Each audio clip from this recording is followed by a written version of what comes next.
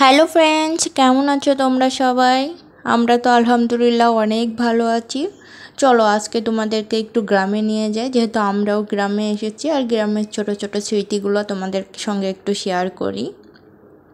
কারণ গ্রাম মানেই শুধু স্মৃতি নয়, যেন এক একটা কবিতা। হঠাৎ ভাবো তো যে আকাশে মেঘ জমেছে, চারিদিকে মেঘলা আকাশ, ঝড়ো ঝড়ো ভাব। তখন এই যে আম্মু রান্না করছে, মাটির চুলায় মাংস রান্না করছে, এই যে ধোঁয়া ওঠা, একটা গরম গরম ঘ্রাণ, কি স্বাদ! একটা সেই ঘ্রাণ বেরোচ্ছে। আমরা বসে হয়েছি কখন মাংস রান্না শেষ হবে, আর তারপর আমরা এখান থেকে কষা কষা মাংস উঠিয়ে খাবো। কি যে টেস্ট কষা মাংস খেতে। তারপরে যেটি হয় সেটা আবার মাটির চুলায় রান্না। মাটির চুলার রান্না তো আমার খুবই ভালো লাগে, আমার নিজেরও মাঝে মাঝে রান্না করতে ভালো লাগে।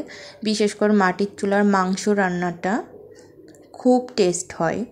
কার কাছে কেমন লাগে জানি না, বাট আমার কাছে তো খুবই ভালো লাগে যে কোনো মাংস রান্নাটাই।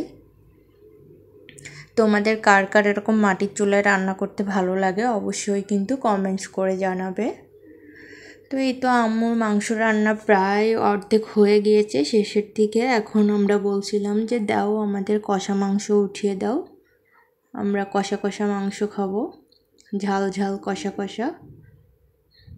কারণ এটা খুবই টেস্ট লাগে আমার কাছে। রান্না মাংস না খাইলেও আমি কষা মাংস তো খাবই। এই তো আম্মু মাংস উঠিয়ে দিচ্ছিল। এদিকে তো হঠাৎ ঝড় শুরু হয়ে গিয়েছে, প্রচণ্ড বাতাস বইছে, আর এই যে গাছ থেকে টুপটাপ করে পাকা পাকা আম পড়ছে। আমি আর আমার মেয়ে তো দৌড়াই গিয়েছি, আমার মেয়ে একটা আম বগলে করে নিয়ে আসছে। আমি বলছি তোমার আঠা লাগবে গায়ে, কিন্তু সে তো শুনছে না। টুপটাপ করে আম পড়া দেখে খুশিতে সে লাফালাফি শুরু করে দিয়েছে। এই যে এই আমটা আমি আসতে না আসতেই পড়লো, আর একটু হলে তো আমার গায়ে পড়তো, একদম পড়ে ফেটেও গিয়েছে। এটা হচ্ছে হিমসাগর আম, গাছ পাকা আম তো, পড়ে সঙ্গে সঙ্গে ইটের উপরে পড়ছে, ফেটেও গিয়েছে। তো খুব ভালো লাগছিল, একদিক থেকে প্রচণ্ড বাতাস আর এর মধ্যে আম কুড়াচ্ছি, গরমটাও কেটে গিয়েছিল, ঠান্ডা ঠান্ডা পরিবেশ, কী যে দারুণ লাগছিল। এদিকে আমরা আম কুড়াচ্ছি, ওদিকে আম্মু হচ্ছে মাটির চুলায় মাংস রান্না করছে। আর আম কুড়াতে গিয়ে তো অনেক মজা করলাম আমি আর আমার মেয়ে। দেখুন কি বাতাস হচ্ছে, আরও বাতাস হইলে আরও আম পড়ে যাবে, অনেক আম পড়বে। ঝড়ের দিনে গাছ থেকে পাকা পাকা আম কুড়ানোর যে কি মজা, এটা একমাত্র যারা গ্রামে থেকে আম কুড়ায় একমাত্র তারাই বুঝতে পারবে যে এর কি আনন্দ। আমার তো খুব ভালো লাগছিল, মনে হচ্ছিল ঝড়টা আরও অনেকক্ষণ হোক আর আরও অনেক আম পড়ুক, তাহলে আমরা অনেক আম কুড়াতে পারবো। এদিকে তো এই যে মাংস রান্নাও প্রায় হয়ে এসেছে।